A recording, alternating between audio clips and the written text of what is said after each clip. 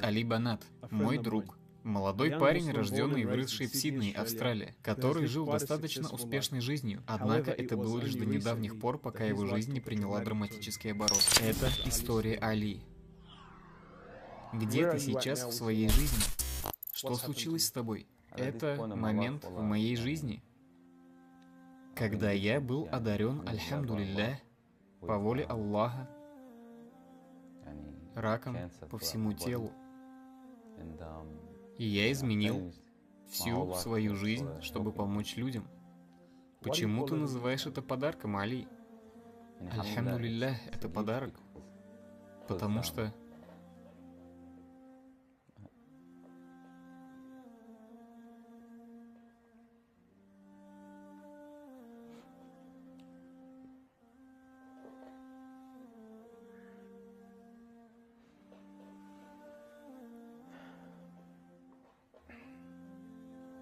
это подарок, потому что Аллах дал мне шанс измениться, на что рак открыл твои глаза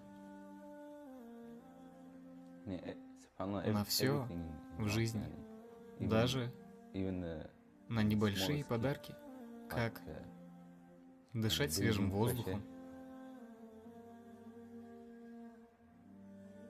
Ты чувствуешь, как ты привык считать это само собой разумеющимся до этого? Как давно у тебя рак?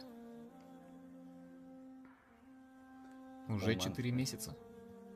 У Али диагностировали рак 4-й степени и дали всего 7 месяцев жизни. Обнаружив это известие, он незамедлительно продал свой успешный бизнес и был вынужден пересмотреть свой расточительный образ жизни, к которому привык. Все было изменено. Али, какой была твоя реакция, когда ты узнал, что у тебя обнаружили рак? Я избавился от своей машины, я избавился от своих часов, даже от своей одежды. Я взял это с собой за границу и раздал это многим людям там. Я хотел попробовать жить в этом мире без всего. Так что твоя цель? Избавиться от мирского. Этого не было, пока Али не пригласил нас в свою комнату, и мы по-настоящему поняли роскошь образа жизни, который он жил, и степень пожертвования, которое он совершил. Что это, Али, расскажи мне? Это браслет. Стоимостью 60 тысяч долларов. 60 тысяч долларов? Да. Что в этих ящиках, Али? Это все моя обувь. Луи Вьютон? Все это Луи Вьютон. Сколько что-то вроде этого стоит, Али? Они, вероятно, около 1300. Сколько ты заплатил за это, Али? 700. За шлепки? За пару шлепок, да. Что это за солнцезащитные очки здесь, Али? Это просто коллекция различных солнцезащитных очков.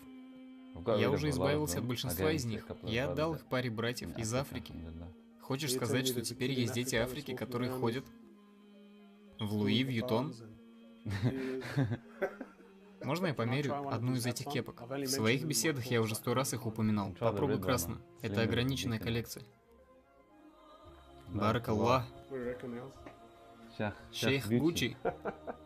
Интерес Али к Дуне резко покинул его и больше не занимал места в его сердце. Али, что ты сейчас чувствуешь, когда смотришь на это? Катание на чем-то подобном действительно не занимает мою голову больше. Это перестало быть тем, чем я хочу заниматься. После того, как кто-то тебе сказал, или ты обнаружил, что ты болен, или у тебя не так много времени в жизни. Клянусь Аллахом, это последняя вещь, за которой ты погнался бы. И это то, как мы должны жить каждый день. Машина вроде этой, люди хотели бы кататься на ней, владеть ею.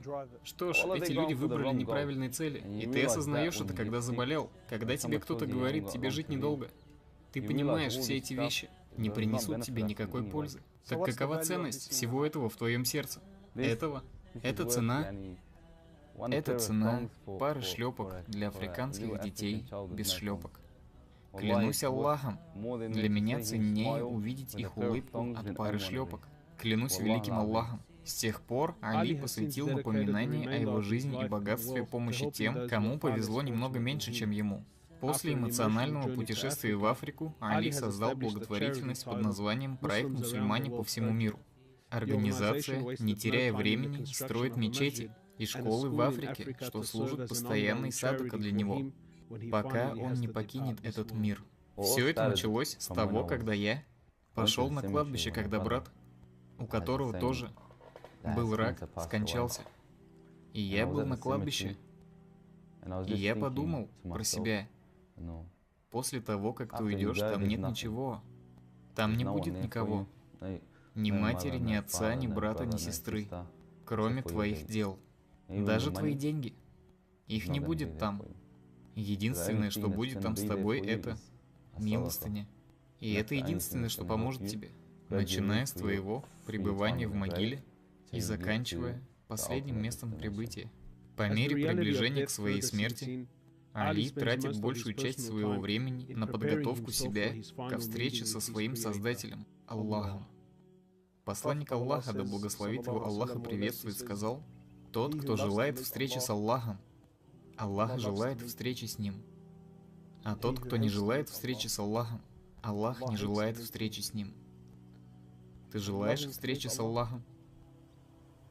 Из-за этого рака один из братьев предложил мне принять специальный наркотик, чтобы помочь мне справиться с болью.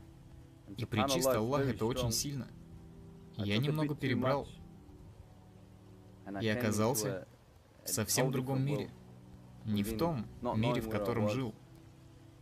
Это было очень тяжело для меня.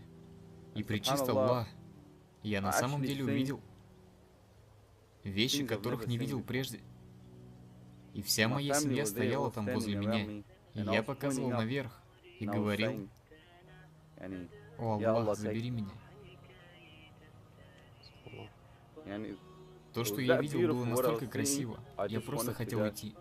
И на следующий день пречист Аллах. Я проснулся и был расстроен, что Аллах не забрал меня.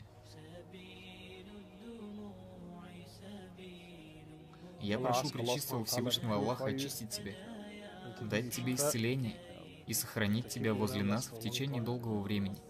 Пусть пречистый Всевышний Аллах наградит тебя и даст тебе Джаннатуль Фирдаус.